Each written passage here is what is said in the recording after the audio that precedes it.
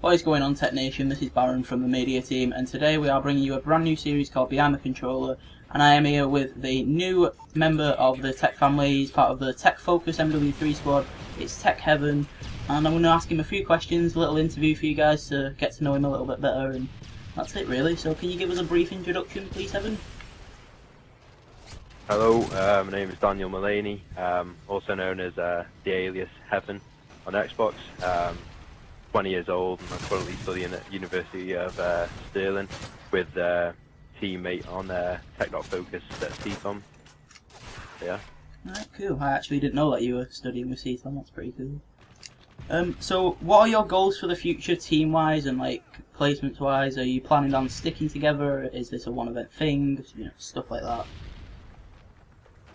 Well, basically, because me and CTOM go to the same uni, we obviously see each other most days, and we get on really well face to face. And you know, we sort of talked about it, me, him, Stokes, and obviously our new member Tango. I've talked about, you know, sticking for the long sort of run, really. You know, I think they're all quality players. I think they all, you know, on their day, are some of the best players I've seen play the game. In all honesty, you know, some people might dispute that, but you know, I play with these lads day in, day out, really, and you know, they do perform, and you know, I get on with them so well. Not just on over the Xbox, but also face to face. That, you know, I can't see myself really wanting to team with anyone else. You know, I think these boys can go, you know, really, really far. And you know, like I say, we want to improve on our top 16.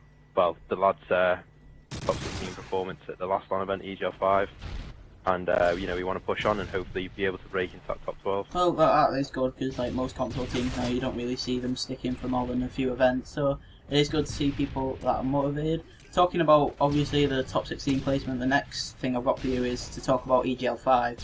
Now, you represented Infamous with, I really don't know the names of the teams, I've not looked into this, so I do apologise.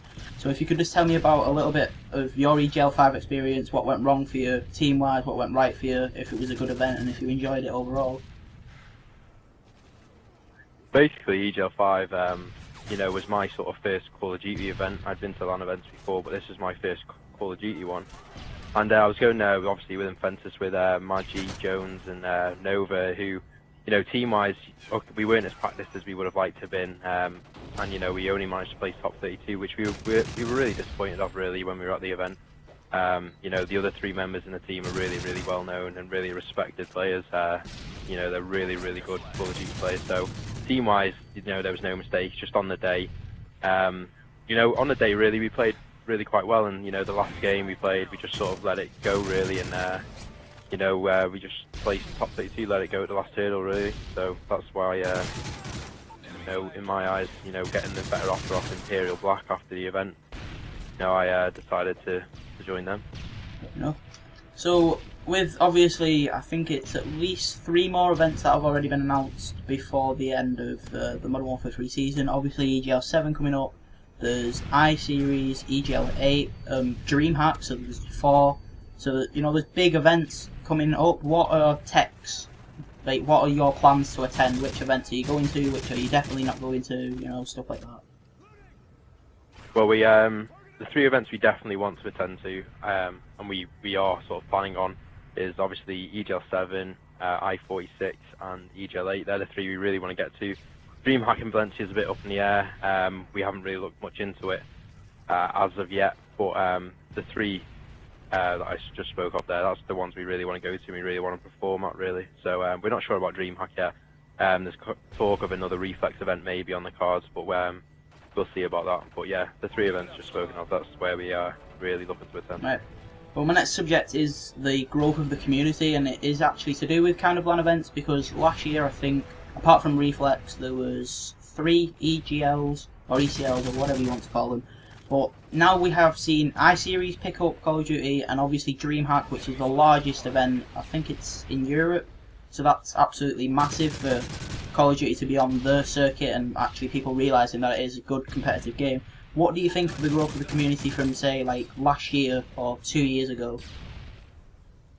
Well, I think it's, you know, I think it's been amazing, really. You know, I played the game back on Modern Warfare 2, played Call of Duty in Modern Warfare 2, and you know, the community was, you know, a really small fraction of the size it is today, and it's really good to see people, you know, young people, 15, you know, 14, sometimes 13, attending these LAN events and really, even then, they're not getting great placements in their eyes. They're really going there and getting the experience, really, and these youngsters, are going to be the top players in the future, really. The growth's been amazing.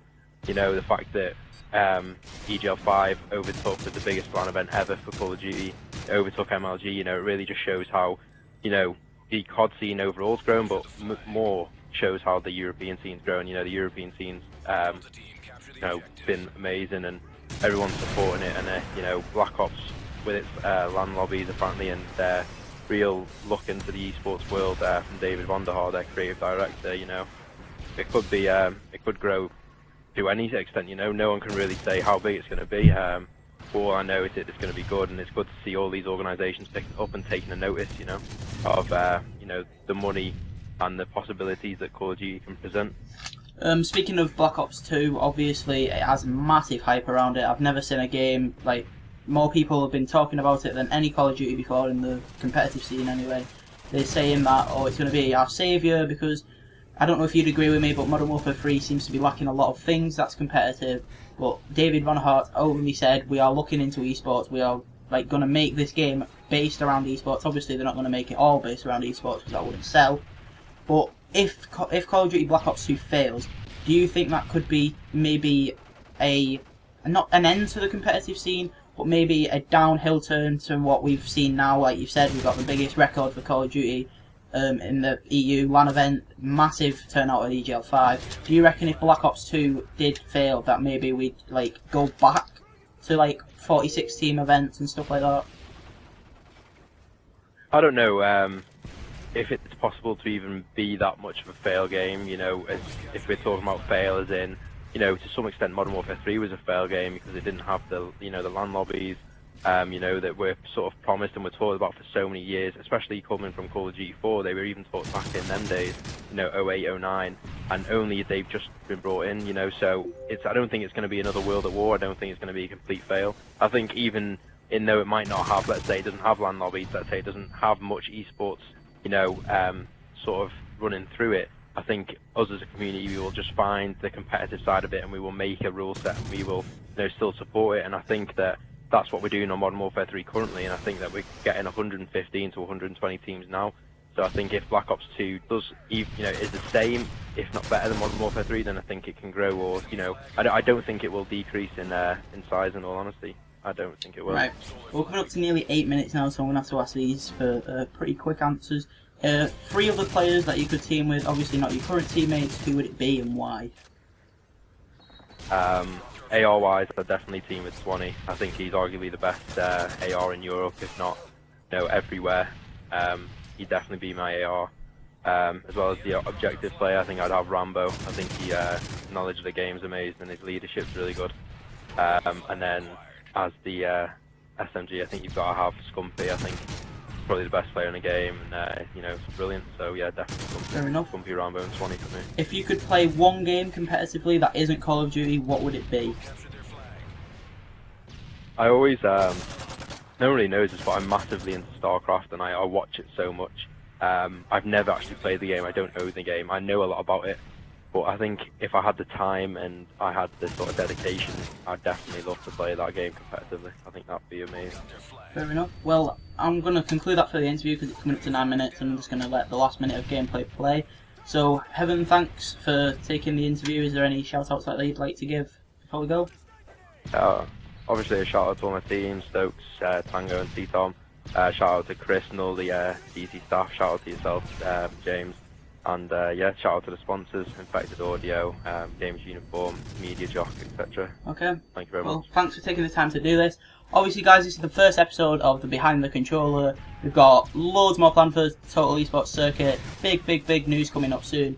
So be sure to stay tuned with the YouTube. Subscribe if you haven't already. I've been Baron, this has been Heaven, and we're out. Cheers.